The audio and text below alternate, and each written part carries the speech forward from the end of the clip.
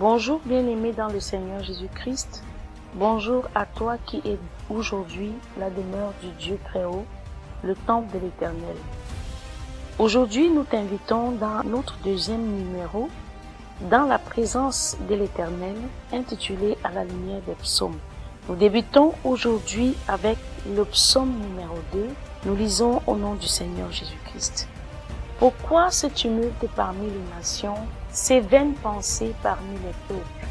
Pourquoi les rois de la terre se soulèvent-ils et les princes se liguent-ils avec eux contre l'Éternel et contre son nom? Bien-aimé, le monde est fait de deux personnes, de deux catégories de personnes. Il y a ceux qui se soumettent volontairement à la volonté de Dieu parce qu'ils savent que c'est le chemin de la vie. Et il y a ceux qui se liguent contre l'Éternel et qui pensent que se soumettre à Dieu est une sorte de prison, une sorte de privation de liberté. La Bible dit au verset 4, celui qui siège dans les cieux se rit, le Seigneur se moque d'eux. Oui, lorsque tu as des pensées tortueuses, lorsque tu as le cœur rempli de vaines pensées, lorsque tu as un tumulte au milieu du peuple parmi lequel tu habites, au sujet de ce que l'Éternel est Dieu, la Bible déclare que du haut des cieux, Dieu te regarde et il rit. Le Seigneur se moque d'eux, puis il leur parle dans sa colère. Il les épouvante de sa fureur. C'est moi qui ai oint mon roi sur Sion, ma montagne sainte. Je publierai le décret. L'Éternel m'a dit, tu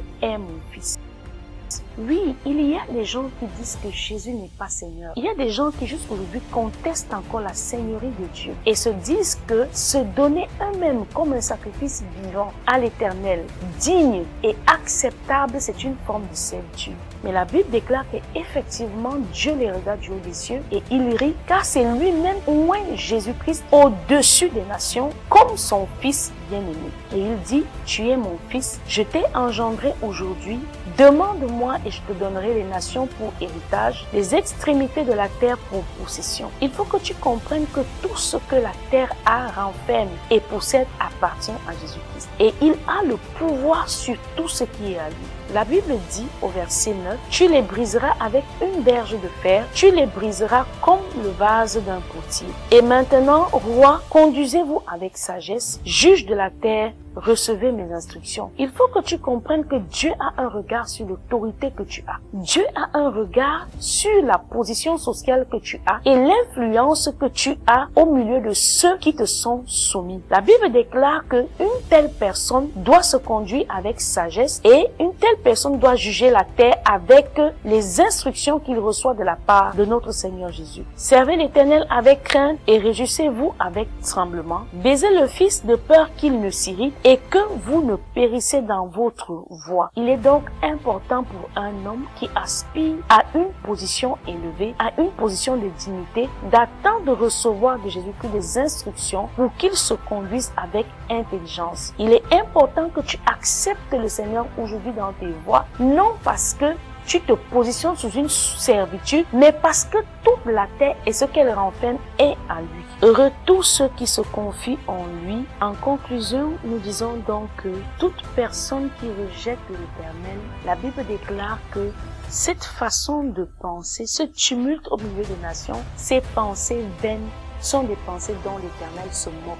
Que tu acceptes Dieu ou pas, que tu décides de le renier ou pas, il faut que tu comprennes qu'il existe, il est bel et bien vivant, il est le Fils unique de Dieu à qui tout pouvoir a été donné sur la terre, dans la mer, dans les cieux, dans tout ce que tu peux imaginer. Jésus-Christ est donc Seigneur et les juges de la terre et les chefs et les rois de la terre doivent se soumettre à lui parce que sa colère est prompte et il est prêt à venir pour juger la terre. Que Dieu te bénisse. C'était ton émission à la lumière de son nom.